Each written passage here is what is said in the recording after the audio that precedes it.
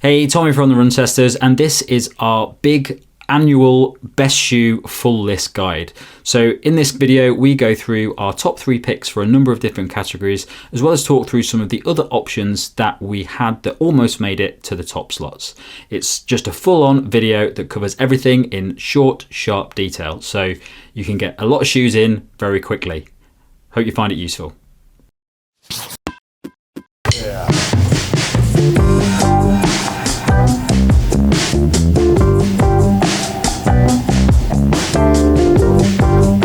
Whether you opt for the Nike Vaporfly 2 or 3, you're getting probably the most reliable all-distance racing shoe on the market. The key feature across both shoes is the midsole, which is made from Nike's bouncy Puma-based ZoomX foam and contains a full-length scooped carbon plate, with this combo delivering a fast and cushioned ride, running fast at any distance. There are some differences between the two shoes, with the Vaporfly 3 having more foam in the midsole, which creates a softer ride that can make it more comfortable deep into a marathon in particular. It's also a little lighter than the Vaporfly 2, but the extra midsole foam on the 3 comes via a thinner outsole, and we have seen more wear on the Vaporfly 3 than on the 2 after similar mileage. The Vaporfly 2 will also be a lot cheaper as it's always available in sales, and some runners might prefer the firmer ride it has, which can make it feel more aggressive. There's certainly a case for grabbing the older shoe on value alone, but whichever Vaporfly you pick up, you can be sure you're getting a top-notch racing shoe. It's right up there with the priciest running shoes you can buy, but if you want all-out speed, the Nike Alphafly Next% 2 is still one of the best race shoes on the shelves, particularly for half marathons and marathons. It combines race-hugging, atom-knit, booty-fit uppers with a 40mm turbo stack of ZoomX foam, an 8mm drop, and a foot-long carbon plate. There are also Zoom Air pods in the midfoot for a little bit of stability and toe-off, and that creates a winning mix that's punchy and lively and that excels at chasing fast times over most distances. There's a thin rubber outsole that boosts grip and durability. Overall, this is a heavier, bulkier and pricier shoe than the Vaporfly 3, but arguably it gives you a little bit extra protection when you're running tired. The Saucony Endorphin Pro 3 isn't so much an update to the Endorphin Pro 2 as it is a complete overhaul. That's largely due to an updated Power Run PB foam designed to produce a significantly more cushioned feel, and a redesigned carbon plate to produce a springier ride. The shoe also features a new, thinner, breathable mesh upper, along with an impressive XT900 rubber outsole. Unlike the Endorphin Pro 2, which had a somewhat niche appeal when compared with shoes like the Vaporfly 2 and the Asics Metaspeed Sky Plus, the Endorphin Pro 3 offers a more accessible ride that can handle everything from comfortable daily miles to racing everything from 5k to marathons. The natural feel to the design also makes it a good option for runners looking for a carbon plate shoe that lacks the aggressiveness of some options. The Mizuno Wave Rebellion Pro is one of the most interesting new shoes thanks to the geometry of its midsole, which is a large heel cutout and a very aggressive forefoot rocker. The Puma midsole foam is also bouncy, and the Wave Rebellion Pro is very comfortable for long events while still being light enough for short ones. The design will work best for midfoot strikers, though the heel strikers on the team have also enjoyed using the shoe. Adidas is yet to update its top carbon racing shoe in 2023, and there's little reason to given the quality of the Adios Pro 3, which combines a large stack of the brand's Light Strike Pro foam with carbon energy rods in the midsole to deliver a smooth and punchy ride. The Adios Pro 3 is at its best over long distances when the foam protects the legs brilliantly well, but it can still fly through shorter events, and it's durable enough to use for a lot of training alongside your racing.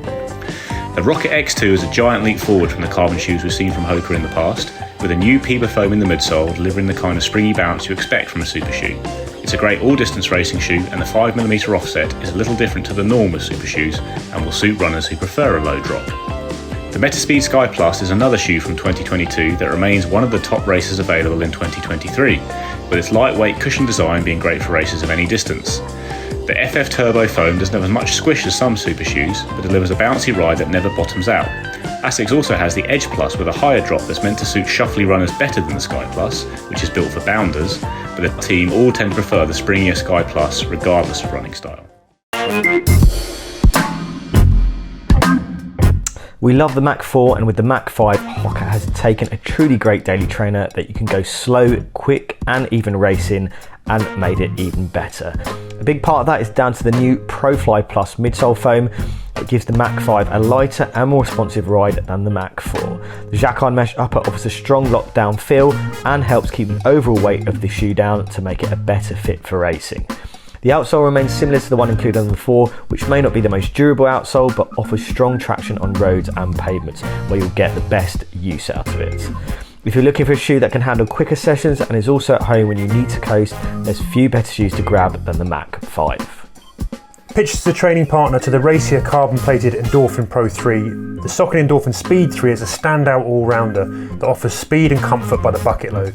There's a winged nylon plate to add some extra spring to the big stack of responsive high-energy Power Run PB foam. You also get Saucony Speedroll midsole tech, a sort of curved rocker shaping that helps with smoother heel-to-toe transitions. At 237 grams, they're light and agile and great for conquering training miles at most paces.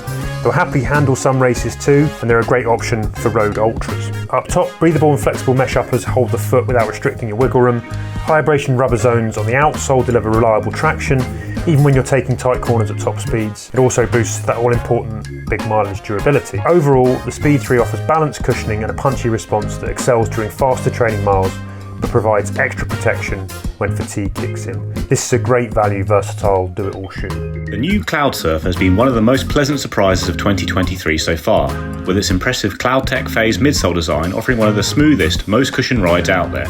The holes in the midsole are placed to compress like dominoes, rolling you onto your forefoot with each stride. It's a departure from the stiff and firm ride On shoes have been known for, and the Cloudsurfer is a joy to pull on for your easy everyday training runs, while also being a bit of a looker you can wear when you're not training as well.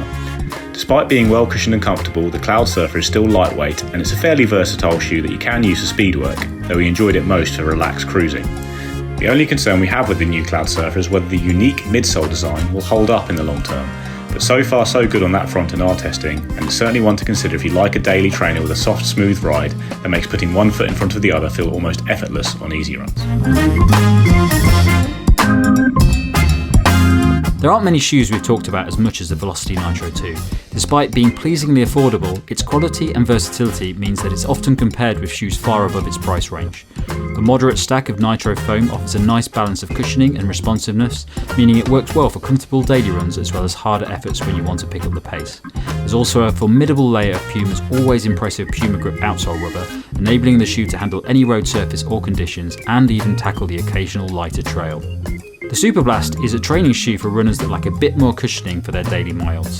The midsole combines FF Blast Plus, the same foam found in the Nova Blast 3 and Magic Speed 2, and FF Blast Turbo, Asics Speed Focus cushioning used in the Metaspeed Sky Plus. The result is a versatile cushion shoe that has a nice leveler's bounce for picking up the pace over longer sessions. There's a thin asymmetric mesh upper for breathability and comfort, a heel stabiliser for a secure ride, and an AHA Plus outsole rubber for grip. If you're looking for a daily shoe that doubles as a cushioned long run option, the Superblast is a great shout. The Rebel is a very light and fun shoe that excels during fast training sessions, but also has the versatility to be used as an all-rounder running shoe. The Fuelcell midsole stack is relatively low by modern standards, but it's still a comfortable and springy shoe that works well for short runs of any type. Over longer distances, the shoe can start to feel a little firm, and the lack of plate will tell if using the Rebel on race day. But if you prefer to go plate-free in your daily training, the Rebel is one of the top options available. The Saucony Triumph 20 is one of many new standout shoe launches from Saucony and is now a much better fit for those easy-paced and longer weekend runs. A big part of that is down to a generous amount of Saucony's soft, plush Power Run Plus foam that's now lighter than the foam used in previous Triumph shoes, along with an improved silhouette, delivers a smooth and nicely cushioned ride. The upper hugs in all the right places and packs an outsole rubber that's fit to last regular run-outs. Saucony also offers a Run Shield edition, which adds some extra protection in colder running conditions, but go for the standard Triumph 20 if all you care about is a running shoe you can really coast in a really satisfying way. The 25th edition of the popular Gel-Nimbus line is a very different shoe to its predecessors, with a maxed out stack of FF Blast Plus cushioning, plus a new pure gel material in the midsole, which creates a comfortable and protective ride for your easy and long runs. No matter how far you run in the Gel-Nimbus 25, it feels cushioned and the midsole foam never bottoms out, while the mild rocker geometry helps to create a smooth feel to the ride.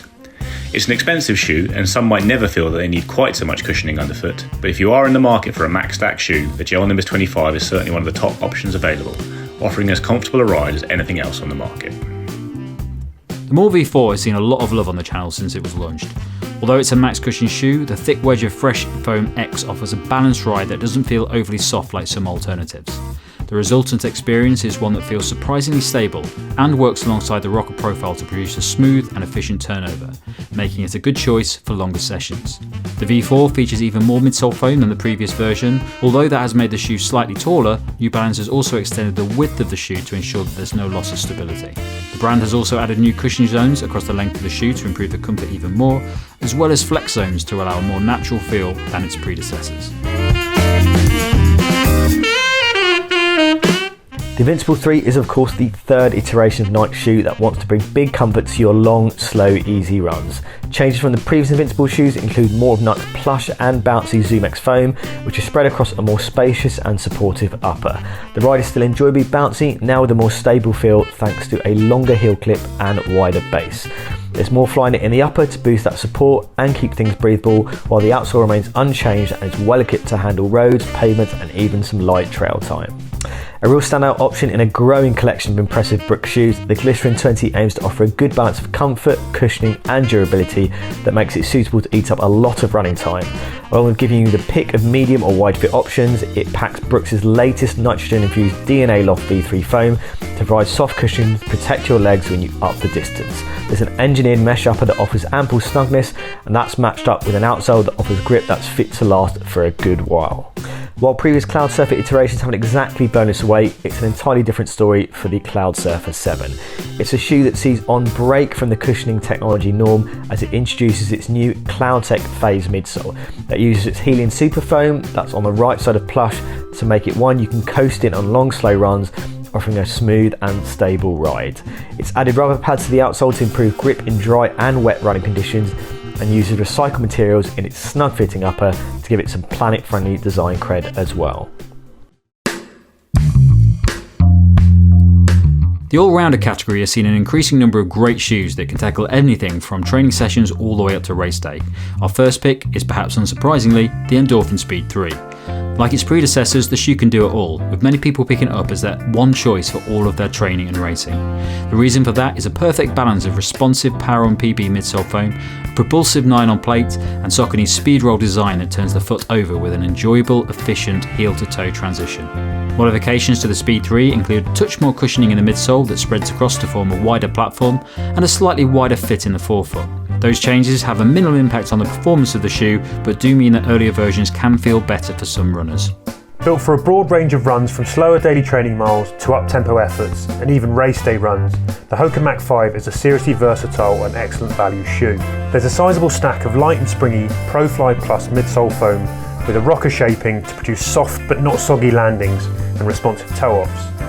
The single layer jacquard mesh uppers are roomy and breathable with an articulated heel which offers just enough padding for good hold and plenty of comfort. And when it comes to the all-important disappearing feel on the foot, these are excellent.